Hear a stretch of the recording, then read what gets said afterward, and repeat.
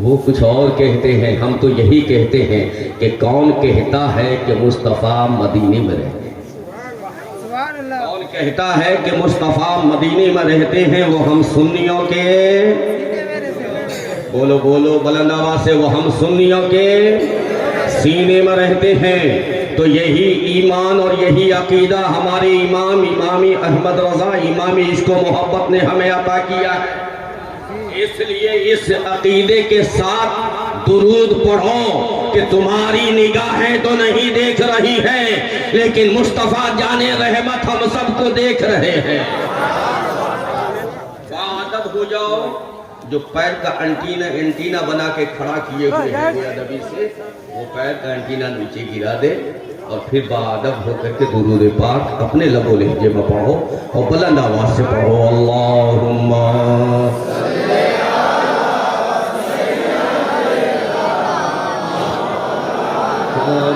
محمد وعلى آل سيدنا مولانا محمد وعلى آله وصحبه بارك وسلم، صلاۃ و سلام علیک یا رسول اللہ صلی اللہ تعالی علیہ وسلم۔ خودی کو کر بلند اتنا کہ ہر تقدیر سے پہلے،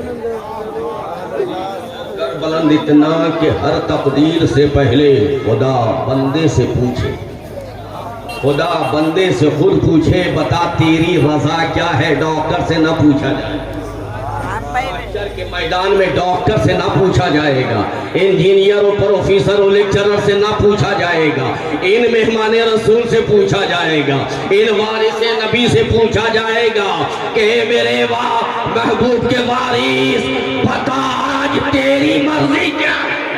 جو تیری مرضی ہوگی وہی آج میری، جس میں تو راضی ہو جائے گا اس میں میرا محبوب راضی ہوگا، اور محبوب جب راضی ہوگا تو پیارے بندے اس میں میں راضی ہو جاؤں گا۔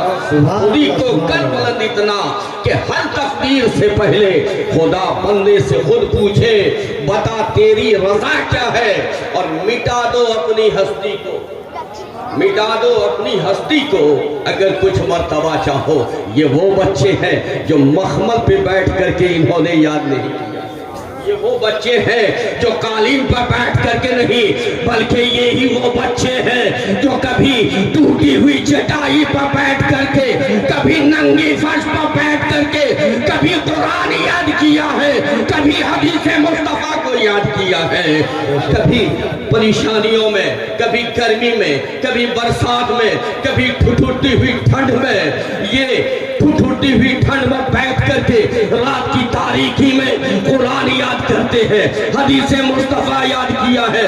میں نے پوچھا مفتی صاحب قبلہ سے کہ حضور اگر ہمارے گھر کوئی بچہ رہے اور تھوڑی سی ٹھنڈ بھری ہوا لگ جائے تو وہ بیمار پڑ جاتا ہے، وہ بیمار پڑ جاتا ہے، وہ بستر پکڑ لیتا ہے، لیکن یہ وہ بچے جو سرد ہواؤں میں بھی بیٹھ کر کے قرآن یاد کرتے ہیں، اپنا سبق یاد کرتے ہیں، قرآن مقدسہ کی تفسیر پڑھتے ہیں، حضور یہ بیمار کیوں نہیں پڑتے؟ تو جواب دیا مفتی صاحب نے کہ حضور بات یہ ہے کہ گھر میں بچے کی دیکھ ریکھ کے لیے، بچے کی حفاظت کے لیے اس کی ماں ہوتی ہے، اس کا باپ ہوتا ہے، لیکن مدرسے کے بچے کی حفاظت کے لیے رسول پاک ہوتے ہیں۔ نعرہ تکبیر، نعرہ رسالت، نعرہ رسالت، جشن دستار فضیلت۔ تو جس کی دیکھ ریکھ کے لیے، جس کی حفاظت کے لیے مصطفیٰ کی ذات ہو، چونکہ یہ مہمان رسول ہے نا، تو مٹا دو اپنی ہستی کو اگر کچھ مرتبہ چاہو کہ دانہ خاک میں مل کر گلے گلزار ہوتا ہے۔ آج دیکھیے یہ گلزار ہے، آج دیکھیے خدا کی قسم، آج جس نے مدرسہ قائم کیا تھا، جس نے مدرسے کو پراپرٹی دی تھی، جس نے بنایا تھا، آج اس کی روح، ان کی روح آج قبر میں جھوم رہی ہے کہ ایک دو نہیں، آج 38 فارغین یہاں سے نکل رہے ہیں، اور ہزاروں سال نرگس اپنی بے نوری پہ روتی رہی، ہزاروں سال نرگس اپنی بے نوری پہ روتی رہی۔ بڑی مشکل سے ہوتا ہے چمن میں دیدہ پیدا، بڑی مشکل سے ہوتا ہے چمن میں دیدہ پیدا۔ آج ہماری قوم کا مزاج ہو گیا کہ اگر مدرسے کے بچے نکلتے ہیں، مدرسے کے بچے باہر جاتے ہیں تو یہ کہا جاتا ہے یہ چہارم کھانے والے ہیں، یہ 40واں کھانے والے ہیں، تم نے پڑھا کیا ہے؟ میں قوم سے پوچھتا ہوں، اے میری قوم کے جیالو، بتاؤ دنیا میں سب سے عظیم کتاب کون ہے؟ سب سے عظیم علم کون سا علم ہے؟ جواب ملے گا، سب سے عظیم کتاب کا نام قرآن ہے، سب سے عظیم علم کا نام علم دین ہے۔ یہی علم دین تو ہے۔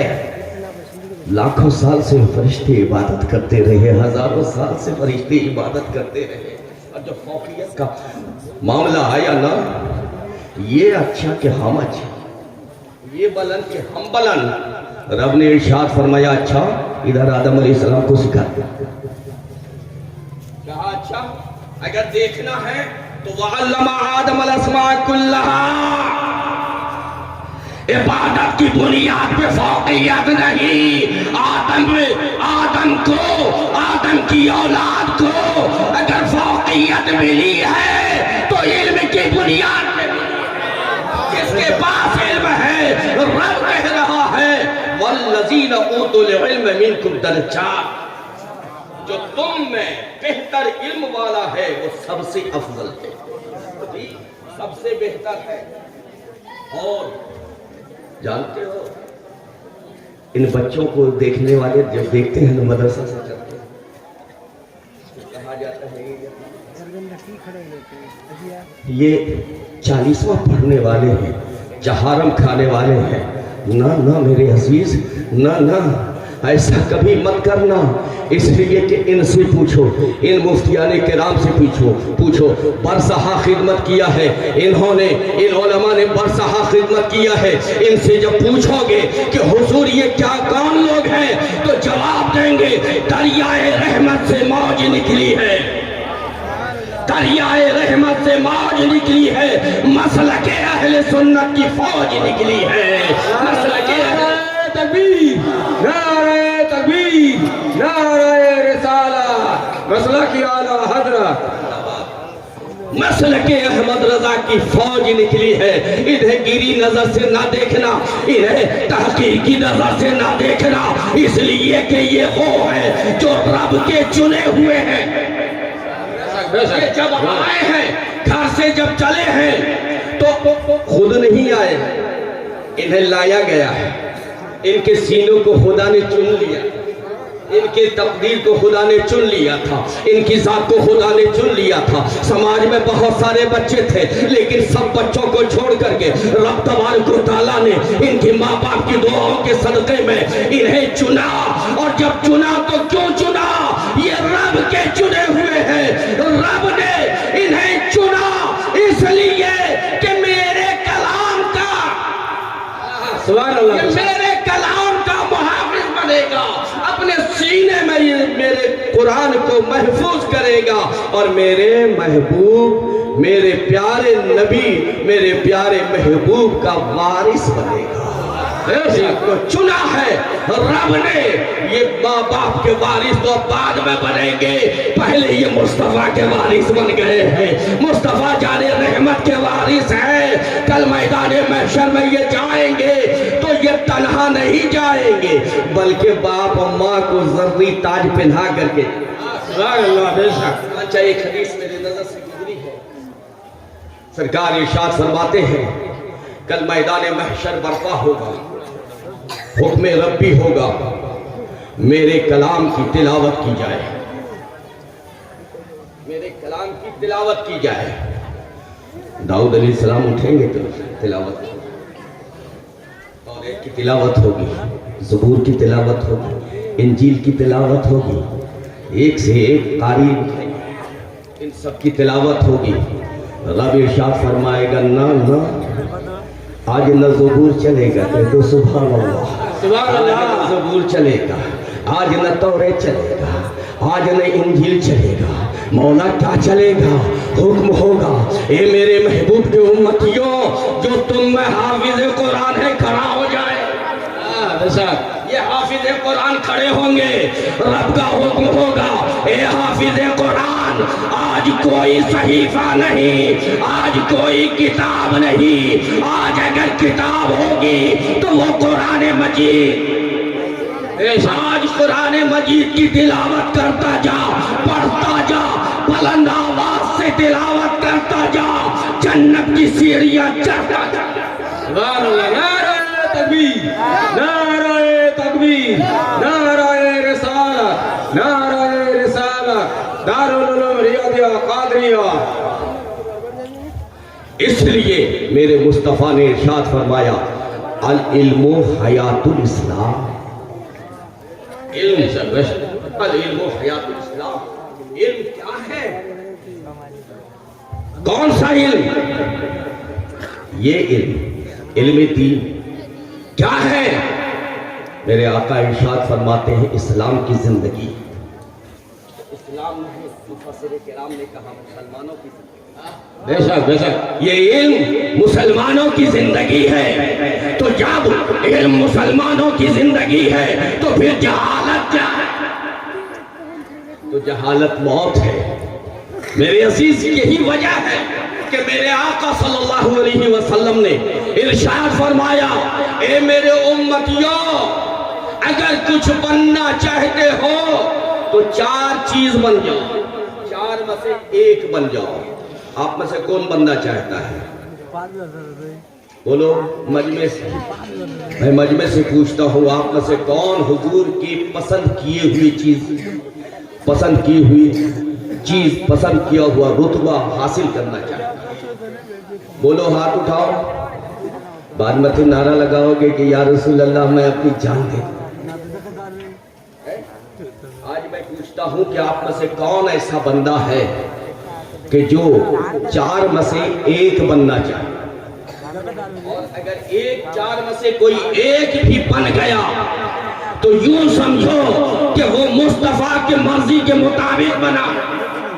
آقا کی مرضی کے مطابق آقا نے جو 4 عہدہ چنا ہے, جو 4 منزلیں چنی ہیں, ان 4 منزل میں سے ایک منزل بھی اگر کوئی پا گیا تو گویا مصطفیٰ کی مرضی کے مطابق اس نے کیا ہے, سرکار کی بارگاہ میں محبوب بن جائے گا.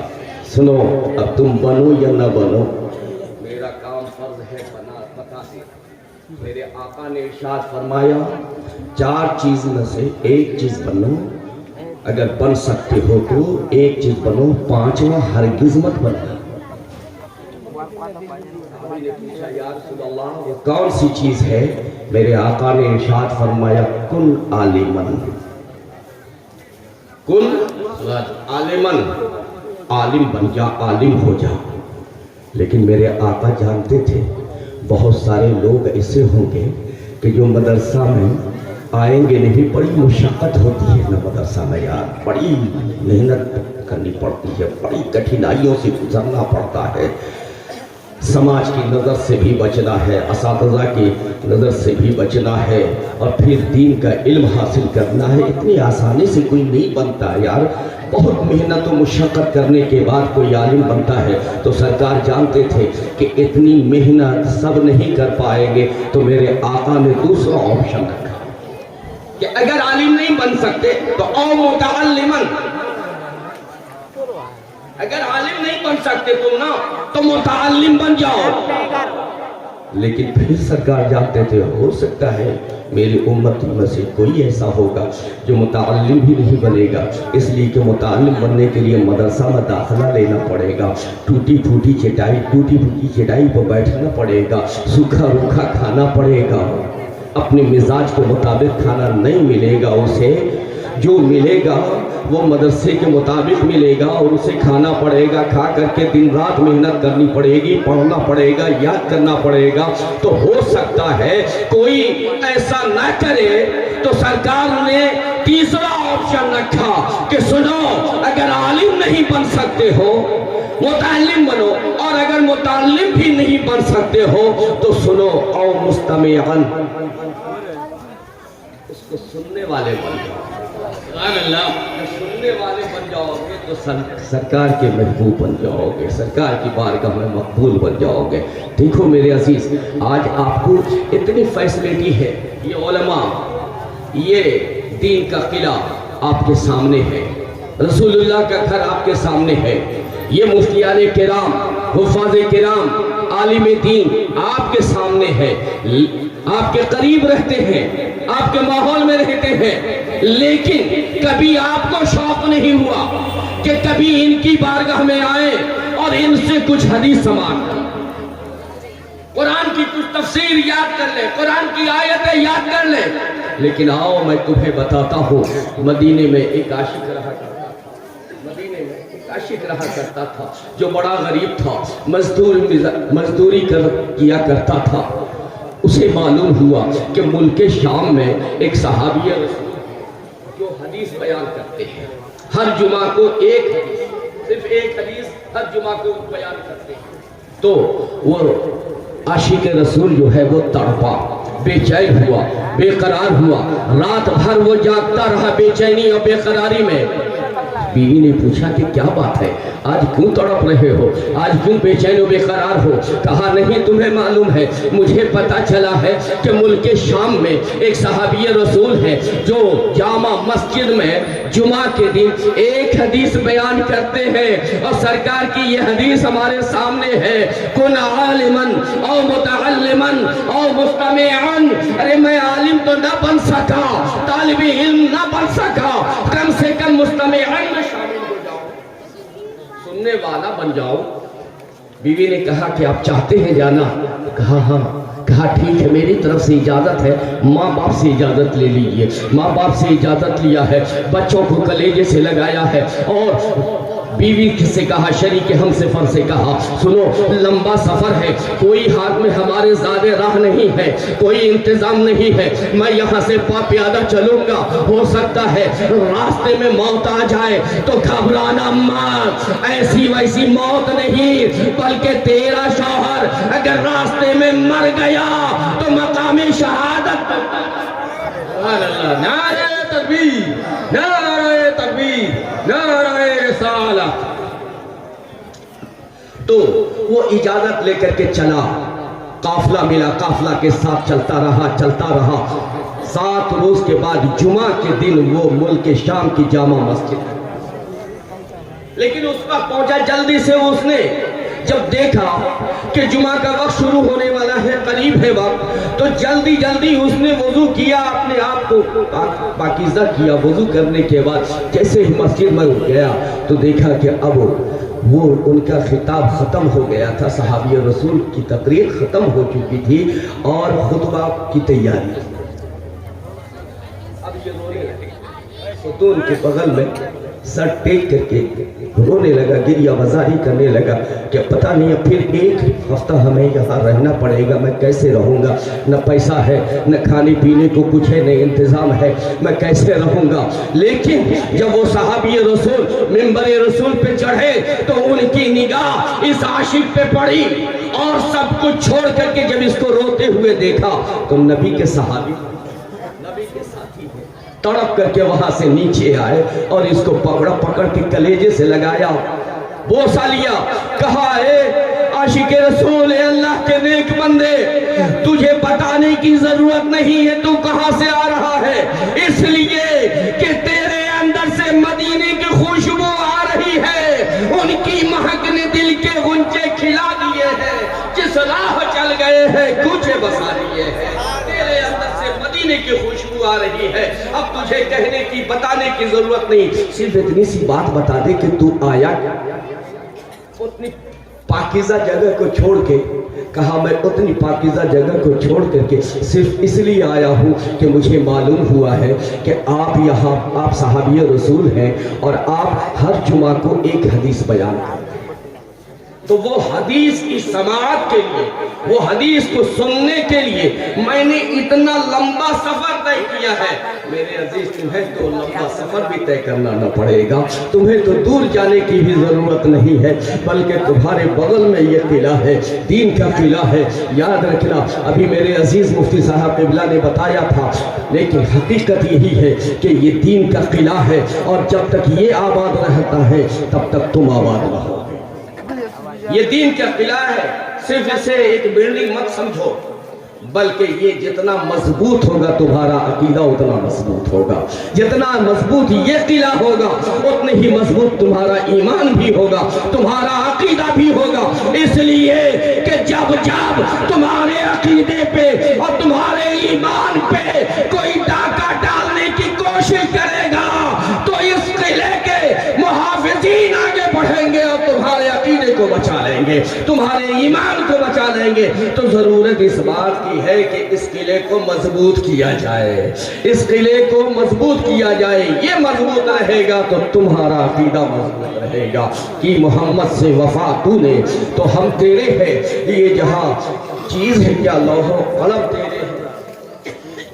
ان کے جو ہم غلام تھے تو خلق کے پیشوا رہے، ان سے پھرے جہاں پھرا آئی کمی وقار میں۔ میرے عزیز، میرے پیارے اسلامی بھائی، سرکار نے ارشاد فرمایا اور مستمع سننے والے بن جاؤ، لیکن سرکار نے تیسرا آپشن کو چھوڑ کے چوتھا بھی آپشن ہے، چوتھا آپشن دے رہا ہوں، چوتھا ضرور کر لینا، پانچواں ہرگز مت کرنا۔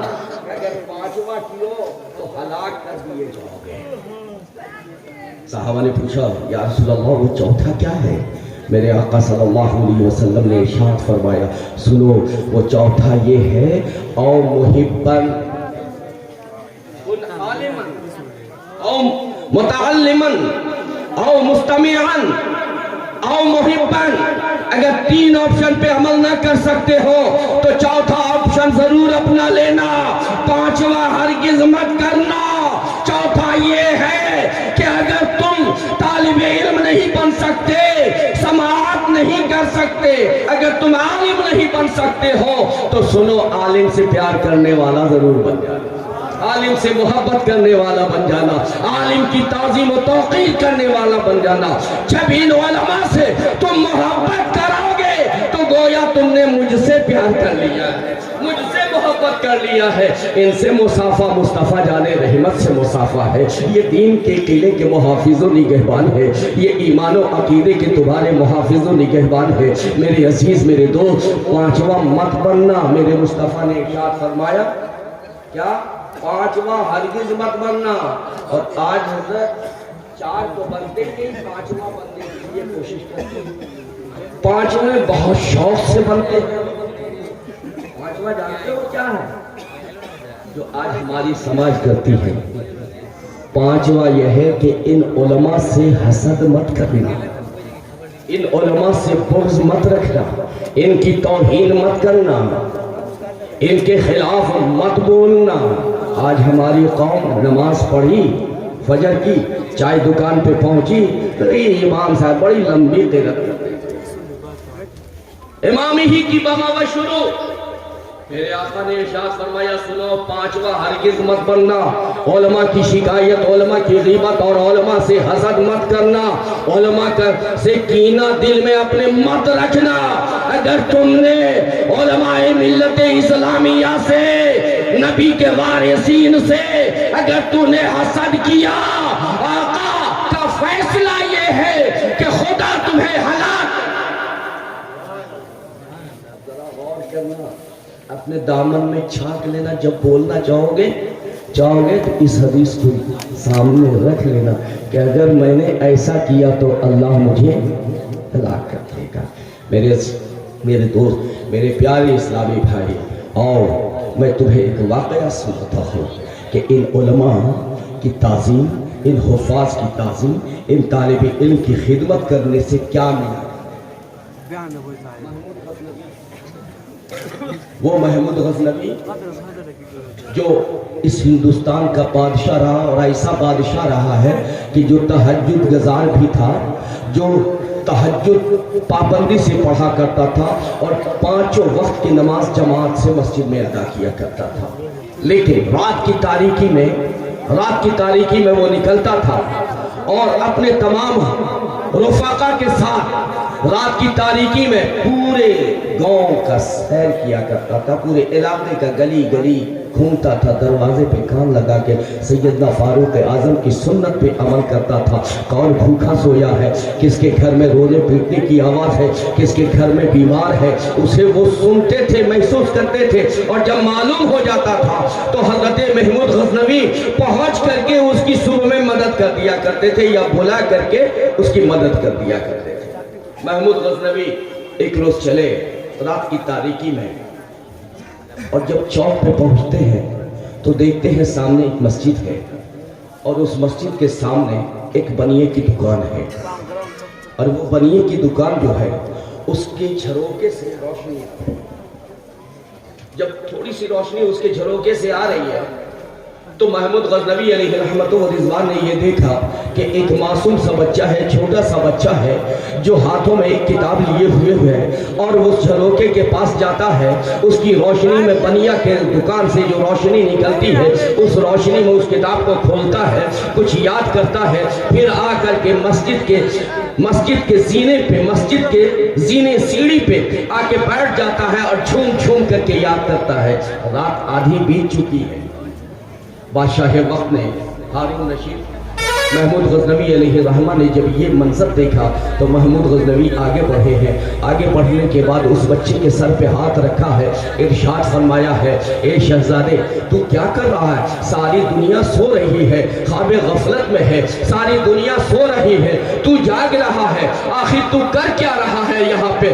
جا تو بھی تو سو جا، ساری دنیا سو رہی ہے. اس نے پلٹ کر کے جواب دیا، کھڑا ہوا ادب سے پلٹ کر کے جواب دیا، نہیں میں سونے کے لیے نہیں بنا ہوں، میں آرام کرنے کے لیے نہیں بنا ہوں، میں سونے کے لیے یہاں نہیں آیا ہوں. کہا پھر کس لیے آیا ہے؟ کہا میری ماں باپ نے بڑی تمناؤں کے ساتھ، بڑی آرزوؤں کے ساتھ، بڑی امیدوں کے ساتھ میری ماں اور میرے باپ نے مجھے اس مدرسے میں داخل کیا ہے، اس لیے کہ میں حافظ قرآن بن جاؤں، عالم دین بن جاؤں. مجھے حافظ بننا ہے، مجھے عالم بننا ہے. میری وہ ماں، میرے وہ باپ جو بچپن سے لے کر کے میری ہر ضرورت کو جس نے پوری کیا، جس نے ہر خواہش کو پوری کیا، جس نے ہر تمنا کو پوری کیا، اس کی بس ایک خواہش تھی، اور وہ خواہش یہ ہے کہ میں حافظ قرآن بن جاؤں اور عالم دین بن جاؤں، علم قرآن مجھے آ جائے. محمود غزنوی نے ارشاد فرمایا کہ تو پھر مسجد میں پڑھو، مدرسے میں جا کر کے پڑھتے کیوں نہیں ہو؟ اس نے کہا کہ حضور نہ مدرسے میں روشنی کا انتظام ہے اور نہ مسجد میں روشنی کا انتظام ہے، اس لیے میں یہاں پہ آ کر کے پڑھ رہا ہوں، یاد کر رہا ہوں تاکہ میں اپنے استاد کو کل سبق سنا سکوں. بادشاہ وقت نے محمود غزنوی نے جب یہ دیکھا تو محمود غزنوی نے اپنے وزیر سے، اپنے خادم سے شمعدان لیا، چراغ لیا، شمعدان لے کر کے اس حافظ قرآن کو دیا، اس پڑھنے والے طالب علم کو دیا اور ارشاد فرمایا بیٹے جا اور جا کر کے مسجد میں اسے رکھ اور مسجد میں رکھ کر کے پڑھنا شروع کر دے، لیکن سن مجھ گنہگار کے حق میں دعا کر دے، میرے حق میں دعا کر دے. اب جب یہ کہا تو وزیر نے کہا کہ حضور یہ چھوٹا سا بچہ ہے، معصوم سا بچہ ہے، اس کے ہاتھ میں یہ شمعدان دے رہے ہیں، یہ بہت قیمتی شمعدان ہے، یہ بہت قیمتی شمعدان ہے. کہا کیا ہوا؟ اگر شمعدان قیمتی ہے تو کیا ہوا؟ اس کی اہمیت اس کے سامنے کچھ نہیں ہے. اس نے کہا کہ حضور یہ سونے کا شمعدان ہے. محمود غزنوی نے پلٹ کر کے جواب دیا، سنو میری قوم کو، میری ملت کو سونے کا شمعدان نہیں چاہیے، عالم قرآن چاہیے، حافظ قرآن چاہیے. اس لیے یہ حافظ قرآن کے حوالے. اب وہ لے کر کے گئے، سبق یاد کیا، اور جب سبق یاد ہو گیا تو قرآن کو بند کیا، ہاتھ اٹھا کے کہا اے اللہ محمود غزنوی نے میری پریشانی کو دور کر دیا ہے، میری مصیبت کو آسان کیا ہے، میرے مشکلوں کو حل کیا ہے۔ مولا تو بھی محمود غزنوی کی پریشانی کو دور کر دے، ان کی مصیبت کو آسان کر دے، ان کی مرادوں کو پوری کر دے۔ ابھی محمود غزنوی بستر پہ گیا ہے، باوضو ہو کر کے سویا ہے، جیسے ہی اس کی آنکھ لگی ہے، ادھر اس طالب علم نے اپنا ہاتھ اٹھا کر کے محمود غزنوی کے حق میں دعا کی ہے، تو محمود غزنوی کے حق میں دعا کی ہے اس بچے نے، اور ادھر محمود غزنوی بستر پہ سوئے ہیں، اس کی مراد پوری ہو گئی۔ کہہ دو سبحان اللہ، اس کی تمنا پوری ہو گئی، اس کی مراد پوری ہو گئی۔ اس نے اس تین چیز جو تھی اس کو ٹینشن دیے ہوا تھا اور وہ پریشان رہتے تھے تین بات سے۔ ایک بات تو یہ کہ بہت دنوں سے سرکار کی زیارت کے لیے تڑپ رہے تھے۔ دوسری بات یہ تھی کہ ایک تو سرکار کی زیارت نہیں، دوسرا یہ کہ میرا باپ سپاہی ہے، میں بادشاہ ہوں، پتہ نہیں میں اپنے باپ کی اولاد ہوں یا نہیں، اور تیسرا جو سب سے عظیم طبقہ ہوگا، عزت والا طبقہ ہوگا میدان محشر میں، وہ کون سا طبقہ ہوگا۔ یہ تین باتیں محمود غزنوی کو پریشان کرتی تھی، اس کا حل نہیں مل رہا تھا۔ لیکن جب اس معصوم بچے نے، اس طالب علم نے، اس حافظ قرآن نے اپنے ہاتھوں کو اٹھا کر کے رب کی بارگاہ میں دعا کیا ہے، مصطفیٰ کا وسیلہ لیا ہے، تو پھر سنو، ابھی اس کی دعائیں ختم نہ ہوئی، اس کے ہاتھ چہرے پہ نہ آئے ہیں کہ ادھر محمود غزنوی کی مراد پوری ہو گئی جو برسوں سے نہ ہوئی تھی۔ سرکار تشریف لے آئے خواب میں، سرے محفل کرم اتنا میرے سرکار ہو جائے، نگاہ منتظر رہ جائے اور تیرا دیدار۔ ابھی یہ سوئے تھے، سرکار تشریف لائے، خواب میں اپنی زیارت عطا کی اور بازو پکڑ کے ارشاد فرمایا، اے سبکتگین کے بیٹے اٹھ کھڑے ہو جا۔ تو پہلی مراد تو پوری ہو گئی کہ سرکار کی زیارت ہو گئی، اور دوسری مراد اس کی تھی، دوسری تمنا تھی کہ پتہ نہیں میں اپنے باپ کا بیٹا ہوں یا نہیں۔ آقا کائنات صلی اللہ علیہ وسلم پہنچ کر کے گواہی سرکار نے دیا کہ تو سبکتگین کا بیٹا ہے اور اپنے باپی ہی کا بیٹا ہے۔ اور تیسری بات